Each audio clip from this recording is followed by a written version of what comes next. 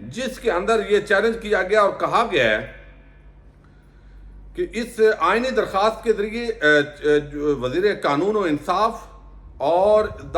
وزارت داخلہ کو فریق بنایا گیا۔ درخواست میں اصرار کی گئی ہے کہ چیف جسٹس کی اجازت کے بغیر جوڈیشل کمیشن کی تشکیل نہیں ہو سکتی اور نہ ہی کسی جج کو نامزد کیا جا سکتا ہے، لہذا یہ جو کمیشن بنایا گیا ہے یہ غیر آئینی ہے، غیر قانونی ہے، یہ چیف جسٹس آف پاکستان کو بائی پاس کیا گیا ہے۔ اور پھر مزید اس کے اندر تحریک انصاف کا یہ کہنا ہے کہ اگر یہ آڈیو لیکس کا معاملہ اس کی انویسٹیگیشن کرنی ہے تو پھر آپ جو ہے وہ آڈیو کس نے ریکارڈ کی، کون جو ہے وہ ریکارڈ کرنے والا تھا، کون اس کو سامنے لانے والا تھا، اور وہ سارے کردار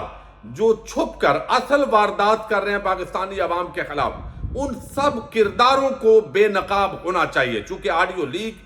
جو ہے وہ آڈیو ریکارڈ کرنا کسی کی اجازت کے بغیر یہ ایک جرم ہے، تو لہذا ان کو بھی کٹہرے میں لا کر سزا دی جانی چاہیے۔ تو عمران خان اس معاملے پر خود سپریم کورٹ آف پاکستان پہنچے ہیں کہ یہ جو معاملہ ہے یہ انتہائی گمبھیر ہے اور اس کی پوری طرح جو ہے وہ تحقیقات ہونی چاہیے۔ لیکن دوسری طرف جو سپریم کورٹ آف پاکستان کے قاضی فائد عیسیٰ کا یہ مسئلہ ہے کہ ایک تو ان کو نون لیگی جج کہا جاتا ہے اور ان کے ساتھ جو چیف جسٹس ہے اسلام آباد ہائی کورٹ کے عامر فاروق صاحب وہ بھی نون لیگی جج کہلاتے ہیں، اور جو chief justice Balochistan high court ہیں ان کا ابھی مائنڈ واضح نہیں ہے۔ لیکن یہ 3 ججز پر مشتمل جو ایک کمیشن بنایا گیا، توقع یہ تھی کہ یہ اس معاملے کے اندر نہیں پڑیں گے، جس طرح 2 دن پہلے اعتداد حسن نے کہا کہ اس کا کوئی اختیار نہیں ہے، چونکہ آپ کو already supreme court of Pakistan کے فیصلے موجود ہیں، اور خود قاضی فائد عیسیٰ کا بھی ماضی کے اندر یہی موقف تھا کہ یہ آڈیو لیکس اور اس طرح کی گیمیں کرنا انتہائی کبھی فیل ہے۔ لیکن اب چونکہ ایک تاثر دیا گیا حکومت کی طرف سے کہ قاضی صاحب ہمارے اپنے جج ہیں، وہ اگلے چونکہ چیف جسٹس ہیں اور چیف جسٹس بدیال کے ساتھ ان کے اختلافات ہیں، تو وہ ویسے بھی ان کو جو ہے وہ کنفلکٹ آف انٹرسٹ کے تحت اس کو بالکل نہیں لینا چاہیے تھا۔ لیکن قاضی صاحب جس حد تک چلے گئے ہیں، جس طرح وہ چیف جسٹس بننے سے پہلے متنازع ہو چکے ہیں، اور ہم نے 1997 میں دیکھا جس طرح چیف جسٹس سجاد علی شاہ ان کو کارنر کیا گیا اور سپریم کورٹ کو نون لیگ نے 2 ٹکڑوں میں تقسیم کر دیا، اور پھر مختلف جگہوں پر جو عدالتیں تھی وہاں سے چیف جسٹس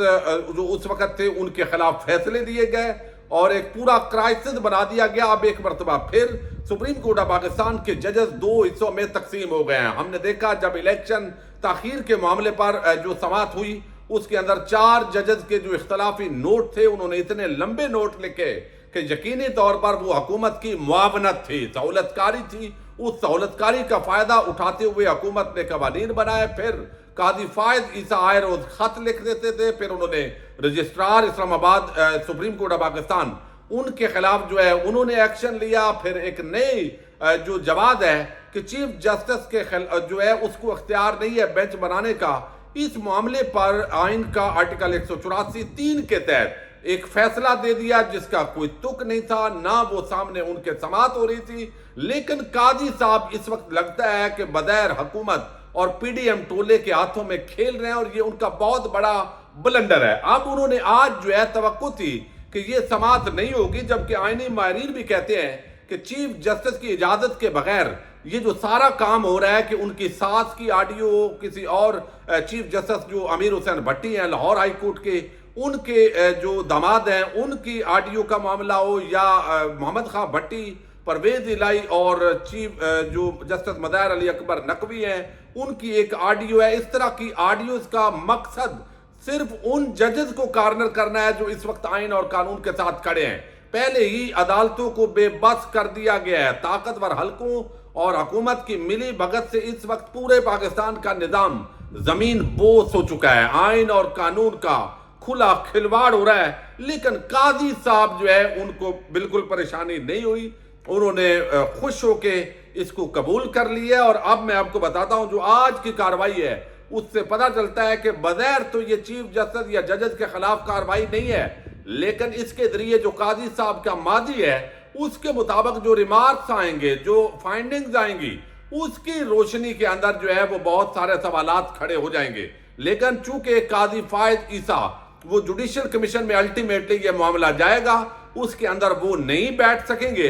لیکن دوسری طرف پھر چیف جسٹس بندیال صاحب کا یا مظہر علی اکبر نقوی آلریڈی اس کے ممبر نہیں ہے تو ان کا بیٹھنا بھی مشکل بنا دیا جائے گا۔ سپریم جوڈیشل کونسل سے چیف جسٹس عمر عطا بندیال اور کچھ ججز کے خلاف ریفرنس منظور کروائے جائیں گے، اور بادی نظر میں جو قاضی فائد عیسیٰ ہیں وہ اپنے ٹینیور سے پہلے ہی چیف جسٹس بننا چاہتے ہیں، یا حکومت ان کو بنانا چاہتی ہے، یا پھر چیف جسٹس عمر عطا بندیال اور کچھ ججز جو آئین اور قانون کے ساتھ کھڑے ہیں ان کو بے بس کرنے کی ایک بہت بھونڈی کوشش ہے۔ اب آج جو سماعت ہوئی ہے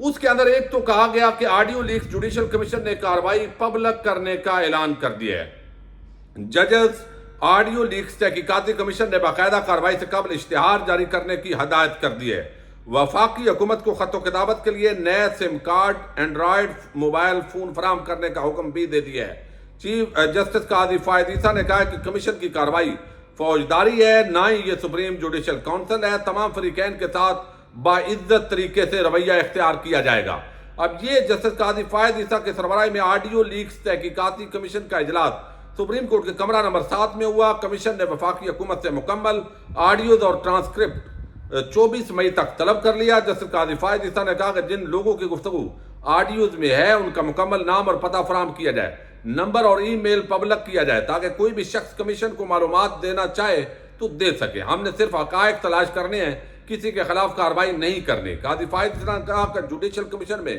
پیش ہونے والا کوئی بھی ملزم نہیں، ہم پر بھاری بوجھ ہے، تمام پیش ہونے والوں کو احترام دیا جائے گا۔ چاہتے ہیں کہ کمیشن جلد اپنی کارروائی مکمل کرے۔ کمیشن کس قانون کے تحت تشکیل دیا گیا؟ اٹارنی جنرل عثمان منصور آوان نے کمیشن کو بتایا کہ کمیشن انکوائری کمیشن ایکٹ 2016 کے تحت تشکیل دیا گیا۔ یہ 2017 کی توقع تھی، لیکن 16 انکوائری کمیشن نے کہا کہ کوئی اساس معاملہ سامنے آیا تو ان کیمرہ کارروائی کی درخواست کا جائزہ لیں گے۔ کمیشن کی کارروائی سپریم کورٹ اسلام آباد بلڈنگ میں ہوگی، اور قاضی فائد عیسیٰ انکوائری کمیشن کا دائرہ اختیار واضح کرتے ہوئے کہا کہ inquiry commission supreme judicial council نہیں ہے۔ کمیشن اپنی تمام کارروائی اسلام آباد سپریم کورٹ میں کرے گی۔ اگر کسی گواہ یا فریق نے ان کیمرہ کارروائی کی درخواست کی تو مناسب حکم دیا جائے گا۔ صرف کچھ بزرگ خواتین کے بیانات لینے کے لیے ممکن ہے لاہور جائیں۔ آج جوڈیشل کمیشن کے سیکرٹری کا نام فائنل کر کے بتا دیا جائے گا۔ پوری کوشش کی جائے گی مینڈیٹ کے مطابق کارروائی مکمل کی جائے۔ انکوائری کمیشن کسی جج کے خلاف کوئی کارروائی کر رہا ہے نہ کرے گا۔ کمیشن صرف حقائق کے تعین کے لیے قائم کیا گیا ہے۔ سپریم جوڈیشل کونسل کے دائرہ اختیار میں مداخلت نہیں ہوگی۔ گواہوں کو نہ صرف عزت کریں گے بلکہ جواب بھی عزت کی توقع رکھتے ہیں۔ کمیشن کو اختیار ہے کہ تعاون نہ کرنے والوں کے سمن جاری کر سکے، اور آگے جو ہے حکومتی افسران کے پاس پہلے ہی انکار کی گنجائش نہیں ہوتی۔ عوام سے معلومات فراہمی کے لیے اشتہار جاری کیے جائیں گے۔ یہ پورا جو میکانزم ہے وہ آج انہوں نے بتا دیا ہے، اور اٹارنی جنرل آڈیوز کی تصدیق کے لیے متعلقہ ایجنسی کا تعین بھی کیا جائے گا۔ تو ایجنسی پر پہلے تو قاضی صاحب کا اعتماد نہیں ہوتا تھا، بڑے ان کے ریمارکس ہوتے تھے، لیکن ایک واضح طور پر یہ بظاہر الفاظ بڑے اچھے ہیں کہ جج کے خلاف کارروائی نہیں ہو رہی، لیکن عمران خان نے جو درخواست دی ہے آج وہ یہ ہے کہ آپ پہلے تعین ساتھ ہی کریں۔ اگر کمیشن نے بولنا ہے، تحقیقات کرنی ہے، تو یہ کس نے غیر قانونی عمل کیا، یہ کس کو اختیار ہے، اس کو کٹہرے میں لائیں اور ان مجرموں کو سزا دیں، ان مجرموں کو قوم کے سامنے لائیں جو بغیر تحقیق کے، بغیر اجازت لیے اس طرح کا گھناؤنا فعل سر انجام دے رہے ہیں۔ لیکن اب قاضی صاحب کا لگتا ہے مطلب اور ذہن بالکل واضح ہو چکا ہے، اور ان کا یہ ذہن واضح ہونا کہ وہ کس طرح کی کارروائی کرنا چاہتے ہیں، کیا کرنا چاہتے ہیں، یہ ایک بہت بڑا بلنڈر ہے جو الٹیمیٹلی ان کے چیف جسٹس بننے سے پہلے ہی ان کو متنازع بنا چکا ہے۔ اور اب تحریک انصاف یا کوئی بھی انسانی حقوق کا معاملہ، یہ جو بڑی بڑی باتیں کرتے تھے قاضی صاحب، میرا خیال ہے وہ تمام اپنی ساکھ مکمل طور پر کھو چکے ہیں۔ بہرحال ان کا یہ اختیار ہے، وہ اس کو استعمال کریں گے اور اپنے من پسند صحافیوں کے ذریعے ایک بیانیہ بنے گا، پھر نون لیگ اور حکومت اس کو استعمال کرے گی، اور ججز جو ہے ان کے گرد یہ گھیرا تنگ کیا گیا ہے، بلیک میل کیا جا رہا ہے، یہ ساری چیزیں سامنے آئی ہیں۔ تو سپریم کورٹ آف پاکستان کے اندر اس کمیشن پر یہ ایک پھڈا پڑ گیا ہے، اور اب آگے جا کر یہ ایک ججز کو اور سپریم کورٹ کو جو ہے وہ تقسیم کرے گا، اور ہو سکتا ہے ایک کی جگہ پر 2 سپریم کورٹس ایک ہی وقت کے اندر کام کریں۔ اجازت دیجیے گا، اللہ حافظ۔